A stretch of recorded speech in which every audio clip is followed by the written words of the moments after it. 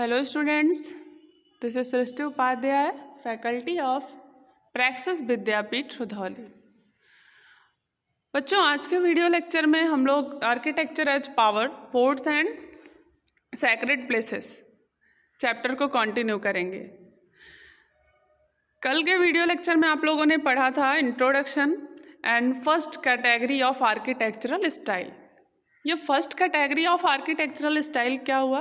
आपको कल बताया गया था कि मेडिवल पीरियड जो था इंडिया में वो बिल्डिंग कंस्ट्रक्शन के लिए बहुत फेमस है। माना जाता है कि उस टाइम पे बहुत ज़्यादा बिल्डिंग्स बने। अब उस बिल्डिंग में क्या आ सकता है? मॉस्क आ सकता है, टेम्पल आ सकता है, फोर्ट आ सकता है, टॉम्ब आ सकता है। ठीक है, बहुत सारे टाइप के बिल्डिंग्स बने।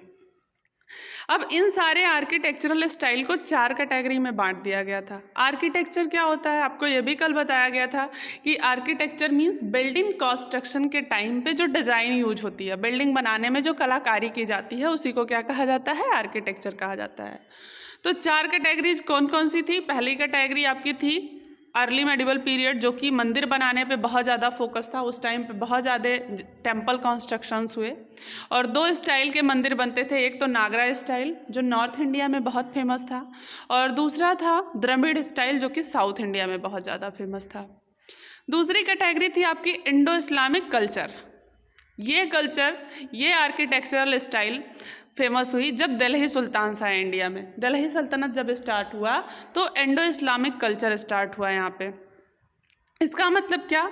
इसे कंपोजिट कल्चर भी कहा जाता है, बिकॉज इसमें हिंदू मुस्लिम यानी कि इंडियन कलाकार होते थे जो दिल्ली सुल्तान बिल्डिंग बनाने के लिए जिन हम कह सकते हैं मिस्त्री जिसको रखेंगे, तो वो कैसे होते थे? इंडियन होते थे। तो वो यहाँ के स्टाइल प्लस उनकी पर्सियन स्टाइल या इस्लामिक स्टाइल दोनों को मिक्स करके बिल्डिंग बनाए, इसीलिए इसको कहा जाता है कंपोजिट कल्चर या इंडो इस्लामिक। इंडियन प्लस इस्लाम दोनों कल्चर्स को मिक्स करके बिल्डिंग बनाते थे, दोनों तरह के डिजाइंस होती थी। सेकंड था आपका, सेकंड नहीं थर्ड था development of architecture among the regional kingdoms. ये तीसरी कैटेगरी बहुत लोगों को समझ में नहीं आई होगी, तो आज समझ लीजिए। इसका मतलब है कि जैसे दिल्ली सुल्तान के अंडर में जो एरिया नहीं था, ठीक है, दिल्ली एक बहुत बड़ा साम्राज्य रहा होगा, आसपास के जो भी जगह रहे होंगे उसको उन सुल्तान ने जीत लिया होगा, लेकिन कुछ एरिया ऐसे भी थे कि जो उनके अंडर में नहीं थे। वो राज्य क्या थे? फ्री थे। वहाँ के अपने गवर्नर हुआ करते थे, अपने हेड हुआ करते थे। जैसे गुजरात हो गया, मालवा हो गया, ठीक है, बंगाल, तो यहाँ के अपने अपने खुद के गवर्नर थे। तो ये लोग भी कुछ बिल्डिंग कंस्ट्रक्शन करवाए, इन्होंने भी मंदिर मस्जिद बनवाए जो फ्री राज्य थे हम कह सकते हैं, तो इनको रीजनल किंगडम हम लोग कहेंगे। तो उसको भी हम अलग से पढ़ेंगे कि इन लोगों ने कौन कौन से बिल्डिंग कंस्ट्रक्ट करवाए थे। अभी आगे हम लोग पढ़ेंगे, जैसे बीजापुर का गोल गुम्बद, तो ये भी रीजनल किंगडम्स के अंडर में आता है। चौथी कैटेगरी थी बेटा architecture during Mughal region. Mughal शासन के टाइम पे जो आर्किटेक्चर का डेवलपमेंट हुआ, जो बिल्डिंग कंस्ट्रक्शंस हुए, जैसे हम कहते हैं ना मुगलों में कौन कौन था? मुगल वंश कब से स्टार्ट होता है? अकबर से लेकर के फेमस जो टाइम माना जाता है, तो अकबर से लेकर के औरंगजेब तक 1526 से 1707 तक बहुत ज़्यादा अच्छा टाइम माना जाता है बिल्डिंग कंस्ट्रक्शन के लिए।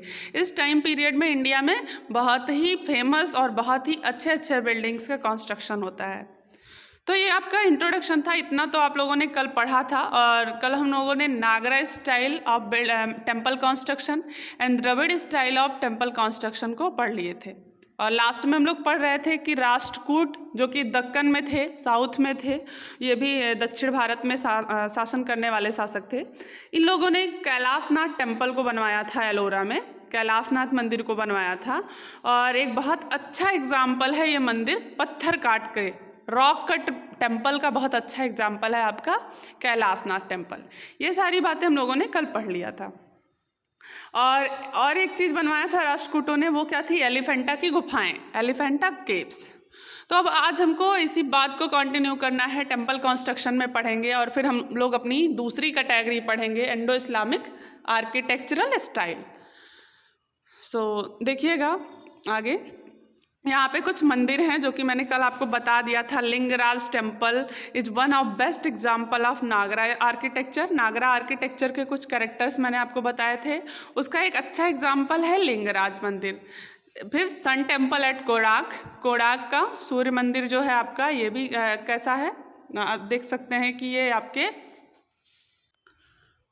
नागरा स्टाइल का फेमस टेम्पल है। फिर देखिए Dilwara temple mount Abu in Rajasthan was built by Solankis and is constructed in white marble. Dilwara मंदिर देख लीजिए, कंदरिया महादेव टेम्पल देख लीजिए, रथ ऑफ महाबलीपुरम, ठीक है। और ये देखिए बृहदेश्वर टेम्पल में कैसे गोपुरम, गोपुरम किसे कहा जाता था, एंट्रेंस को, जो प्रवेश द्वार होता था उसको गोपुरम बोला जाता था। तो आप द्रविड़ स्टाइल और नागरा स्टाइल दोनों स्टाइल के टेम्पल्स को अलग अलग देख के उसको अलग करेंगे कि कौन से मंदिर नागरा स्टाइल के हैं, कौन से मंदिर द्रविड़ स्टाइल के हैं, एंड द्रविड़ स्टाइल के मंदिरों में क्या विशेषता थी कि वो उनसे अलग हो जाते थे, किनसे, नागरा स्टाइल के मंदिर से। तो ये सब आप रिवाइज करिएगा, पढ़िएगा। अब आज हम कंटिन्यू करते हैं। During the period of Hoysals, the temples were made in hexagonal shape and were heavily carved. Hoysals ये भी साउथ इंडिया के शासक थे बेटा, ठीक है, दक्षिण भारत के शासक थे, इन्होंने भी दक्षिण भारत पे शासन किया। तो इनके टाइम पीरियड में जो मंदिर बनाए जाते थे वो हेक्सागोनल शेप के बनाए जाते थे। आप लोगों को पता होगा आई होप कि हेक्सागोनल शेप क्या होता है, आप लोग इमेजिन कर लीजिएगा।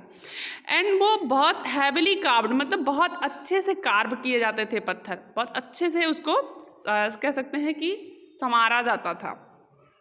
The best example is Hoysaleshwara temple at Halebid, ठीक है। तो वैसलेश्वर टेम्पल जो है ये होयसल्स के टाइम पीरियड का एक फेमस मंदिर है, फेमस टेम्पल है। The rulers of Vijayanagar kingdom to beautified their capital Hampi with temples, the most striking example being the Vitthala temple. बहुत इंपॉर्टेंट लाइन है ये, आपने 6 में पढ़ा भी होगा, एंशिएंट इंडिया में विजयनगर साम्राज्य। तो जो विजयनगर के किंग्स थे उन्होंने भी अपनी राजधानी हम्पी को मंदिरों से सजा रखा था, ठीक है। मंदिरों से सजा रखना मतलब क्या कि अपने राजधानी में, विजयनगर साम्राज्य की राजधानी क्या थी, हम्पी थी, और उस हम्पी राजधानी को उन्होंने बहुत सारे मंदिरों से सजा रखा था, बहुत सारे मंदिर बनवाए थे, जिसका एक बढ़िया एग्जाम्पल है आपका बिठाला टेम्पल, ठीक है, बिठाला मंदिर। ये देखिए यहाँ पे बिठाला टेम्पल एट हम्पी, अभी इसकी विशेषता आपको बताई जाएगी। Vitthala temple was completed in 1565। Vitthala temple बन के कंप्लीट हुआ 1565 में। Almost 5 decades after Krishnadeva Raya started it. अब समझ सकते हैं आप लोग, राजा कृष्णदेव राय ये आपके विजयनगर साम्राज्य के सम्राट हुआ करते थे, आपको भी पता है कि किंग थे विजयनगर साम्राज्य के। इन्होंने बिठाला टेम्पल को बनवाना स्टार्ट किया था और इनके लगभग 5 दशक बाद, ठीक है, लगभग 50 सालों बाद ये बन करके तैयार हुआ। कौन सी मंदिर, कौन सी मंदिर बेटा, बिठाला टेम्पल, बिठाला मंदिर। तो आप समझ सकते हैं कि कृष्णदेव राय के स्टार्ट करने के बाद ये लगभग 5 दशक बाद बन के तैयार होता है बिठाला टेम्पल। फिर है इसकी विशेषता देख लीजिए। The main attraction in this temple is a stone chariot standing in the courtyard and 56 pillared hall. ध्यान दीजिएगा कि इस मंदिर का जो मेन अट्रैक्शन है, मुख्य आकर्षण है, वो ये है कि कोर्टयार्ड, कोर्टयार्ड मतलब होता है आंगन। मंदिर का जो आंगन है वो लगभग 56 पिलर्ड, ठीक है, 56 पिलर ऐसे से समझते हैं ना, खंभे, उसका हॉल है। जो मंदिर का आंगन है वो 56 खंभों पे खड़ा है, 56 पिलर्स पे है और एक बड़ा सा हॉल जैसा है। इट इज और आगे देखिए, it is said that pillars produce musical sound when they are stroked. और ऐसा बोला जाता है कि इन पिलर्स से म्यूजिकल साउंड आती है जब ये स्ट्रोक होते हैं, आपस में टकराते हैं। The temple is situated to the east side of main market of Hampi. और ये बिठाला टेम्पल जो है, अगर आप कभी हम्पी जाइए तो वहाँ पे ईस्ट मार्केट ऑफ हम्पी, ठीक है, हम्पी का जो मेन मार्केट है उसके पूरब साइड में पड़ता है बिठाला टेम्पल, ठीक है। तो इसको देख लीजिएगा, नाम अगर चेंज हो गया हो कोई बात नहीं, आप फिगर में इसको देख लीजिएगा कि हम्पी का एक इम्पॉर्टेंट मंदिर है बिठाला मंदिर, वहाँ 56 पिलर्ड का हॉल है, यानी कि 56 खंभों पे हॉल टिका हुआ है, एक बहुत बड़ा। और कह सकते हैं हम कि ये कहाँ पे है, मेन मार्केट के ईस्ट साइड में है। तो बेटा हम लोगों ने अर्ली मेडिवल पीरियड में जो बहुत ज़्यादा फेमस था, कौन सा चीज़ था, टेम्पल कंस्ट्रक्शन, उसको पढ़ के ख़त्म कर दिया। ये देखिए एक और मंदिर है विरूपाक्ष टेम्पल, ठीक है, विरूपाक्ष टेम्पल ये भी आपके अर्ली मेडिवल टाइम पीरियड का एग्जाम्पल है। तो टेम्पल कंस्ट्रक्शन यानी कि पहली कैटेगरी ऑफ आर्किटेक्चर हमने ख़त्म कर दी, आर्किटेक्चर की जो पहली स्टाइल थी। अब हमको पढ़ना है सेकंड स्टाइल। सेकंड स्टाइल क्या था? आर्किटेक्चर ड्यूरिंग दिल्ली सल्तनत, इंडो इस्लामिक कल्चर। मैंने आपको बताया था ना, जिसे कंपोजिट कल्चर कहते हैं। अब हमको ये पढ़ना है कि दिल्ली सल्तनत के दौरान दिल्ली सुल्तानों ने कौन कौन सा आर्किटेक्चरल डेवलपमेंट किया है इंडिया में। सो नाउ लेट्स स्टार्ट, देखते हैं। इसको तो आपने एक बार पढ़ भी रखा है, दिल्ली सुल्तान्स को पढ़ रखा है, तो थोड़ा बहुत आपको पता होगा। द पीरियड ऑफ दिल्ली सल्तनत saw the birth of a new style of architecture which combine Indian and Islamic traditions। ध्यान से सुनिएगा, जो दिल्ली सल्तनत का टाइम पीरियड था उसने एक ऐसे कलाकारी का जन्म दिया, एक ऐसे आर्किटेक्चर का जन्म दिया जिसमें इंडियन और इस्लामिक दोनों परंपराओं की कलाकारी मिली हुई थी, इसलिए इसको कंपोजिट कलाकारी कल्चर कहा जाता है। It was known as the Indo Islamic style, a blend of Arabic, Persian and Indian styles. इसको इंडो इस्लामिक स्टाइल इसलिए कहा जाता है, Indo means Indian and Islamic means Islam, आपको पता है, ठीक है। तो इसलिए कहा जाता है क्योंकि ये मिक्सचर थी, अरेबिक, पर्सियन और इंडियन स्टाइल सबके मिक्सचर थी। The rise of composite culture came up because the monarch employed Indian craftsman. मैंने आपको पहले ही बताया था कि ये इंडो इस्लामिक या ये कंपोजिट कल्चर वाली स्टाइल कैसे डेवलप हुई यहाँ पे, क्योंकि जो मोनार्च होते थे, जो सम्राट होते थे, दिल्ली सुल्तान्स होते थे, वो लोग जो राज मिस्त्री रखते थे, यानी कि जो बिल्डिंग बनवाने के लिए रखेंगे, जो बनाएगा मिस्त्री, तो वो कहाँ का होता था? इंडिया का होता था, भारतीय कलाकार होता था, इसलिए वो अपनी स्टाइल मिक्स करता था, प्लस उन लोगों की बनाई हुई स्टाइल्स को भी यूज करता था। आगे देखिएगा, with the coming of new rulers the focus of building activity also shifted. जैसे जैसे नए रूलर हुए वैसे वैसे बिल्डिंग एक्टिविटी जो हुई वो भी शिफ्ट हुई, चेंज होती गई।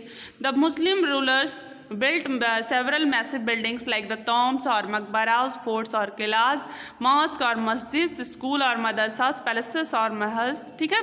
तो जैसे जैसे मुस्लिम रूलर्स हुए तो मुस्लिम रूलर्स ने क्या क्या बनवाया बेटा? बड़े बड़े बिल्डिंग, जैसे टॉम्ब को मकबरा कह सकते हैं, फोर्ट को किला कह सकते हैं, मॉस्क या मस्जिद, स्कूल वो मदरसा। अभी भी जो मोहम्मडन्स होंगे उनको पता होगा कि मदरसे में मोहम्मडन्स जाते हैं पढ़ने, मदरसे में पढ़ने के लिए जाया जाता है, तो उसको क्या कह सकते हैं हम लोग? स्कूल की तरह कह सकते हैं।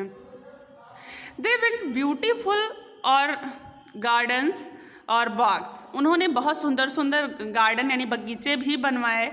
एंड स्टेप्ड बेल्स कॉल्ड बावड़ीज, ठीक है, बावली लिखा है इसमें, लेकिन अगर आप हिंदी बुक कहीं पे रीड करेंगे तो वहाँ पे आपको बावड़ी मिलेगा। ध्यान से समझिएगा, जो भी मुस्लिम रूलर्स हुए उन्होंने टॉम्ब, किला एंड मस्जिद वगैरह तो बनवाया ही बनवाया, साथ ही साथ उनमें एक शौक था सुंदर सुंदर बगीचों को बनवाना और बेल बनवाना। पानी की कमी जहाँ होती थी वहाँ पे वो लोग कुएं बनवाते थे, ठीक है, और उनको क्या कह सकते थे? बावली कहते थे। तो यहाँ पे बावली लिखा है, कहीं कहीं आपको बावड़ी भी मिल सकता है, ठीक है। बावड़ी में पानी का कुआं हम कह सकते हैं, वाटर सोर्स है एक तरह का। One of the earliest buildings to be erected by the Muslim in India was the mosque, a place of worship of the Muslim, ठीक है। तो बहुत पुराना एग्जाम्पल हमको देखना हो पहले के मुस्लिम्स का, तो क्या दिख सकता है हमको? मस्जिद दिख सकता है, और वो मस्जिद क्या होता था? मुस्लिमों के पूजा करने का जगह था, ठीक है। मुस्लिम जहाँ पे अपनी पूजा करते थे कह सकते हैं, उस जगह को हम क्या कहते थे? मस्जिद कहते थे, मॉस्क अभी भी कहते हैं। Unlike the Hindu temples which were heavily sculpted, mosques were simple and had a austere look। तो जैसे हिंदू टेम्पल्स थे, हिंदू टेम्पल्स को बहुत ज़्यादा सजा के, बहुत ही डेकोरेट करके उसमें सुंदर सुंदर मूर्तियाँ स्थापित की जाती थी, तो ऐसा नहीं होता था। मॉस्क जो होता था बहुत ही सिंपल होता था और उसमें कोई मूर्ति नहीं थी, ठीक है। और अभी भी आप लोग देख सकते हैं कि मॉस्क में कोई मूर्ति नहीं होती है और वो सिंपल तरीके से बनता है, शांति का लुक होता है उसमें। अब यहाँ पे थोड़ा सा हाईलाइट है, इसको देख लीजिए। The most famous and the most magnificent building build by the Turks during 13th century was the Qutub Minar. लगभग 13th सेंचुरी में आपको पता है यहाँ पे दिल्ली सुल्तान्स ही थे। बहुत इम्पॉर्टेंट एक बिल्डिंग जो बनवाई गई, बहुत ही मैग्निफिकेंट बिल्डिंग है, वो है कुतुब मीनार, जिसे कुतुबुद्दीन ऐबक ने स्टार्ट करा था और इल्तुतमिश उनके दामाद ने इसको पूरा किया था। आप लोगों को भी पता है, पहले पढ़ चुके हैं आप लोग। It is adjacent to the Quwwat al Islam mosque. Qutub Minar जो है वो कुवैत अल इस्लाम मास्क है, एक मस्जिद है जिसको भी कुतुबुद्दीन ऐबक ने बनवाया था। उसी मस्जिद के जस्ट बगल में है आपका कुतुब मीनार, ठीक है, दिल्ली में। It was called the Majana or the place from where the call for prayer अजान was called। इस जगह को मजाना के नाम से जाना जाता था, या हम कह सकते हैं कि जहाँ ऐसी जगह जहाँ पे वो लोग अपने प्रेयर करें, अपना प्रार्थना करें, मुस्लिम जहाँ पे प्रार्थना करते हैं, ठीक है, जिसे हम लोग अजान कहते हैं। अभी भी शाम को मस्जिद में अजान होता है ना, वही। It is 73 meters 238 feet high. ये 73 मीटर का लंबा है और 238 फीट कह सकते हैं, या मीटर में तो 73 meter. The minar is beautified by balconies which just out. इस मीनार में, जैसे बहुत ऊंची मीनार है, आपको पता है कि 73 मीटर ऊंची है, तो इसमें बालकनी है। दीज बालकनीज वे are linked with each with the tower by device called stalactite honey combing. और सारे बालकनीज एक दूसरे से अटैच्ड हैं और एक ऊंची सी टावर है, एक ऊंचा सा मीनार है, और इस स्टाइल को कहते हैं कह सकते हैं हम लोग स्टेल्टाइज हनी कॉम्बिंग, ठीक है, ऐसा इसको कहा गया है। तो ये कुतुब मीनार के बारे में है बेटा, जो कि दिल्ली सल्तनत का एक बहुत ही मैग्निफिकेंट बिल्डिंग है, 13वीं सेंचुरी में बनवाया गया और कुवैत अल इस्लाम मस्जिद के बगल में है। और आपको पता है इसको किसने स्टार्ट किया था? कुतुबुद्दीन ऐबक ने। आगे देखते हैं, the Arab sultans borrowed the dome and the arch from Byzantine empire of the Romans. अरब सुल्तान जो थे, जो अरब से आए थे सुल्तान, उन्होंने, बोरो मीन्स क्या होता है? कॉपी करना, देख लो, देख करके वैसे ही बनवाना, क्योंकि उधार तो लेंगे नहीं, ठीक है, देख कर वैसे करेंगे। तो गुम्बद तरह का एक ऐसे अभी आप आगे बिल्डिंग्स में देखेंगे ऐसे गुम्बद टाइप पर डोम तरह की बनेगी बिल्डिंग्स में स्टाइल। ये देखो, ये डोम है, ठीक है, यहाँ मस्जिद में बना हुआ है।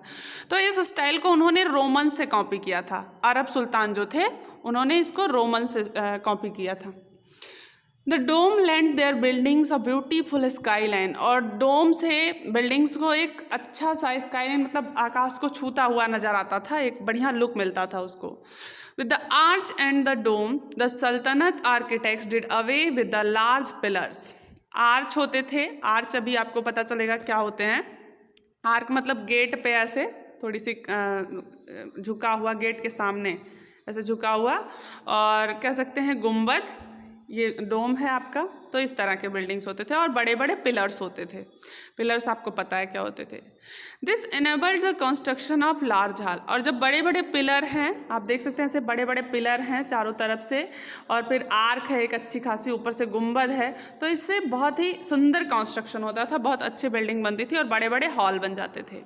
सच places of assembly they are particularly useful in mosque since it enable large gathering. और ऐसा कंस्ट्रक्शन मस्जिद में अधिकतर होता था क्योंकि वहाँ पे बहुत ज़्यादा लोग प्रेयर के लिए इकट्ठा होते थे। द सल्तनत use superior quality of time and mortar to hold together the stone in the dome and it in arches।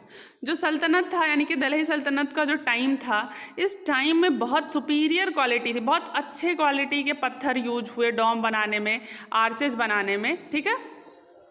With the arrival of the Turkish sultans of Delhi, these architectural practices became popular।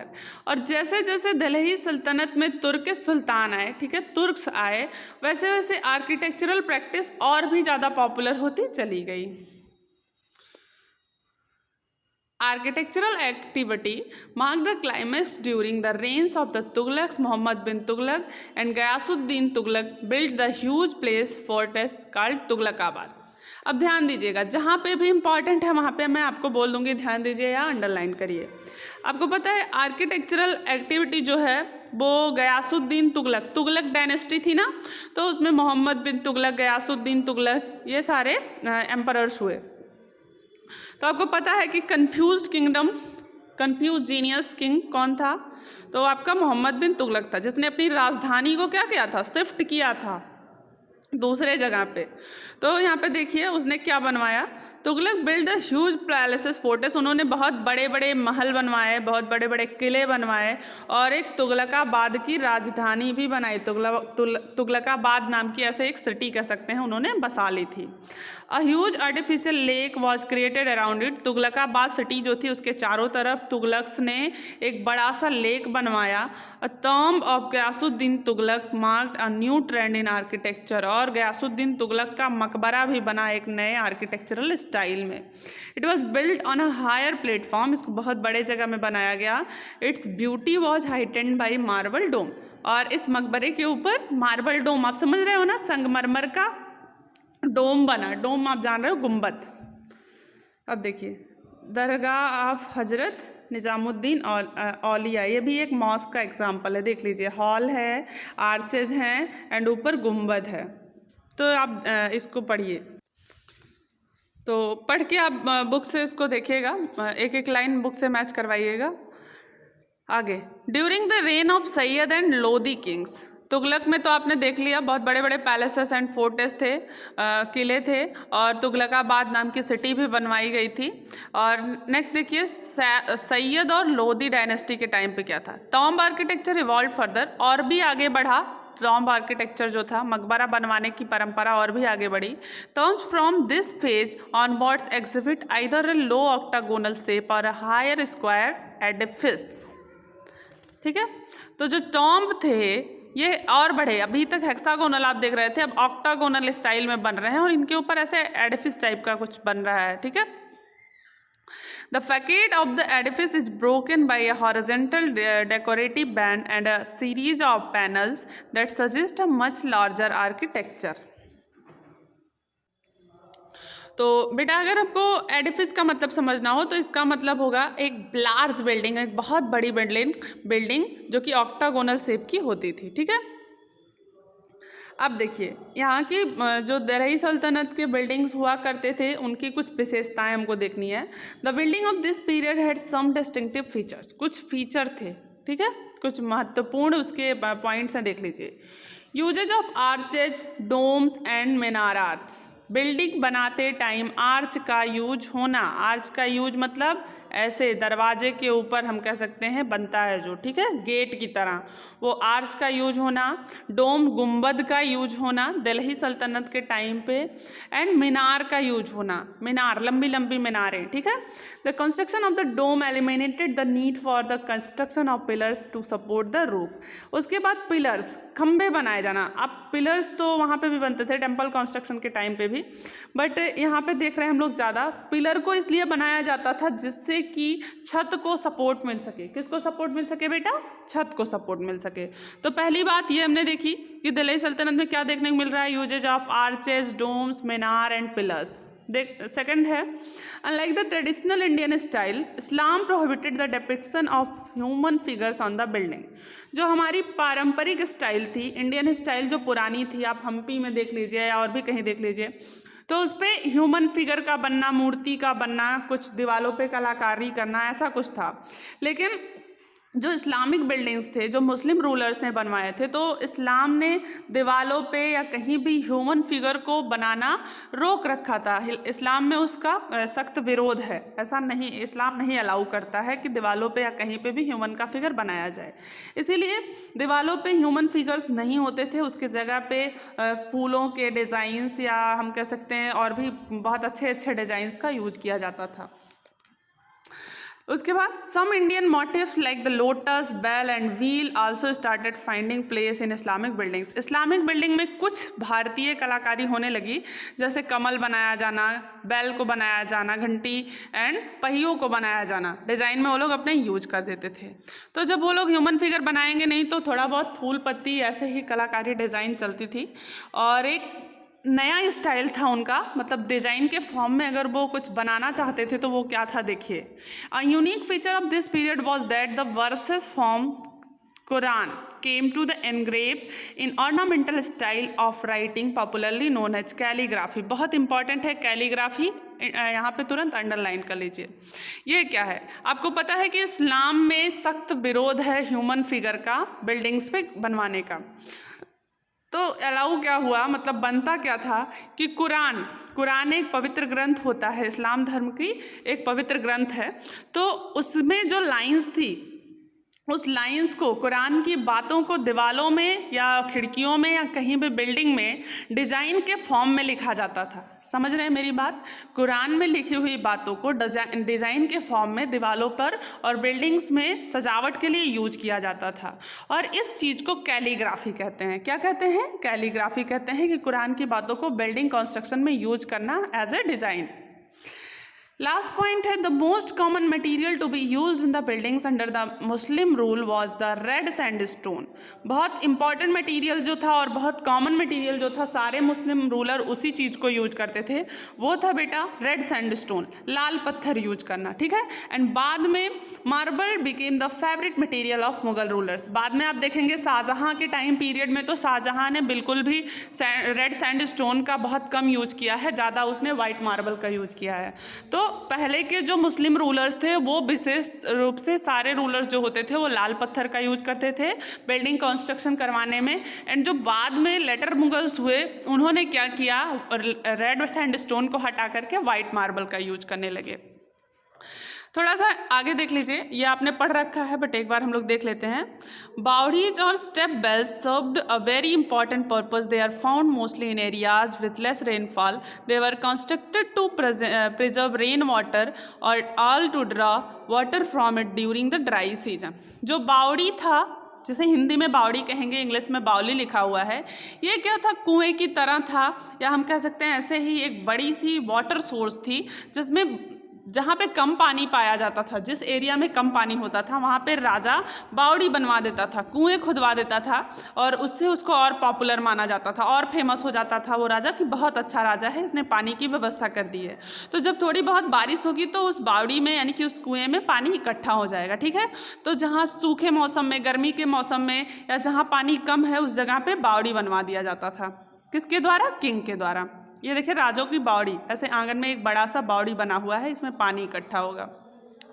बावड़ीज prove that rain water harvesting was familiar to the people of medieval times. अब इस बावड़ीज को देख करके क्या पता चलता है कि मेडिवल टाइम में, यानी कि मध्यकालीन भारत में, जो रेन वाटर था उसको इकट्ठा किया जाता था। ठीक है, उसको कलेक्ट किया जाता था। Rajon ki Baoli is believe to have been built in by Daulat Khan during the reign of Sikandar Lodi in 1516।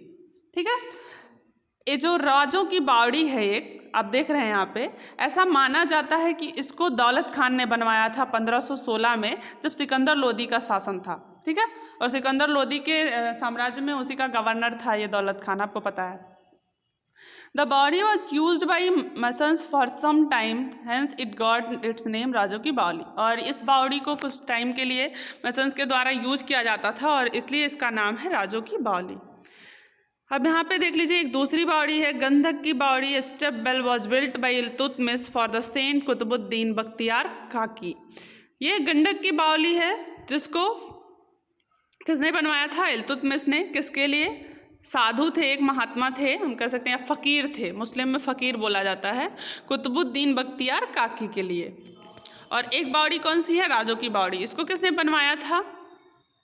तो इसको बनवाया था बेटा दौलत खान ने, सिकंदर लोदी के टाइम पीरियड में। अब हमारा Indo Islamic regional architectural style भी ख़त्म हो गया है। रीजनल नहीं बोलेंगे, sorry, Indo Islamic architectural style जो था वो भी हमारा ख़त्म हो गया है। अब हमारा थर्ड आता है, थर्ड आर्किटेक्चरल स्टाइल, रीजनल और प्रोविंशियल आर्किटेक्चर। तो इसका इंट्रोडक्शन हम लोग पढ़ लेते हैं एंड बाद में इसको हम लोग कंटिन्यू करेंगे। सो देखिएगा, रीजनल और प्रोविंशियल आर्किटेक्चर मैंने क्या बताया था। A large number of powerful regional kingdoms like the Vijayanagar, Bahmani, Gujarat, Marwar, Jaipur, Jaunpur and other appeared on the map of India around the 15th century. Each region had its own dominant form of architecture. देखो, और भी बहुत सारे powerful regional kingdoms थे, यानी कि आसपास के बहुत ही पावरफुल ऐसे राज्य थे जिन पे जो दिल्ली सल्तनत के अंडर में नहीं थे। ठीक है, जैसे कौन कौन से, विजयनगर, बहमनी, गुजरात, मारवाड़, जौनपुर, ये सारे फ्री थे, ये किसी के अंडर में नहीं थे। और इन सब ने अपना अपना आर्किटेक्चरल स्टाइल डेवलप किया था, कुछ ना कुछ फेमस बनवा रखा था। ठीक है, सारे राज्यों ने। तो जिनमें से सबसे पहला क्या है बेटा, बंगाल। तो बंगाल को हम लोग देख लेते हैं एंड नेक्स्ट वीडियो में हम लोग आगे कंटिन्यू करेंगे। तो देखिए, the rulers of Bengal retain its traditional Hindu style and incorporated some features of the Islamic tradition. जो बंगाल के रूलर्स थे उन्होंने पारंपरिक हिंदू धर्म की जो सभ्यता थी उसको कंटिन्यू रखा था और थोड़ा बहुत इस्लामिक को भी, इस्लामिक परंपरा को भी मिक्स कर लिया था। द अदीना मस्जिद एट पांडुआ एंड द दाखिल दरवाजा एट गौर ऑफ नोटवर्थी। तो बंगाल में जैसे कह सकते हैं रीजनल किंगडम्स थे, छोटे छोटे राज्य थे, तो जिनमें से कौन सा है, एक बंगाल है। बंगाल में कौन सा देखने को मिल सकता है हमको आर्किटेक्चरल स्टाइल, एक अदीना मस्जिद जो कि मुस्लिम धर्म को दिखाता है, मतलब इस्लाम से रिलेटेड है, और एक कौन सा है, दाखिल दरवाज़ा, ठीक है, जो कि गौर में है। तो ये दोनों ध्यान देने योग्य बात है जो हम देख सकते हैं कि बंगाल के रूलर्स ने क्या बनवा रखा था। The main entrance of the mosque consist of 3 arches that open on the southern eastern corner. जो ये मस्जिद है, अदीना मस्जिद है, इसका जो मुख्य एंट्रेंस है जहाँ से अंदर जाया जाता है, वहाँ पे 3 आर्चेज लगी हुई थी। आर्चेज मतलब आप यहीं पे समझ लीजिए, एंट्री गेट पे ऐसे 3 आर्चेज थी। ठीक है, एक आर्च मतलब एक ही आर्च है, 3 आर्च, 2 आर्च होती तो ऐसे, समझ रहे हो ना, आपने बहुत सारे बिल्डिंग्स में ऐसी स्टाइल देखी होगी। तो मस्जिद की एंट्री में कितने आर्चेस थे बेटा, 3 आर्चेस थे। आगे देख लीजिए, the exterior of west wall is the best preserve section of the mosque and is faced with smooth blue grey basalt up to the height of 11 feet. और बाहर से जो दीवार थी वो बहुत अच्छे से प्रिजर्व थी, ब्लू ग्रे कलर की बेसाल्ट से, और ऊपर 11 फीट तक की ऊंची थी। तो ये था आपका बंगाल। बंगाल एक रीजनल प्रोविंस था जहाँ पे अदीना मस्जिद एंड दक्षिण दरवाज़ा को बनवाया गया था। और आगे है आपका गुजरात। और आगे जो भी कन्फ्यूजन होगा, आपको समझ में नहीं आया होगा कि बंगाल का रूलर कौन था, किसने बनवाया था, या गुजरात के बारे में और भी सारी चीज़ें हम लोग नेक्स्ट वीडियो में कंटिन्यू करेंगे। Thank you.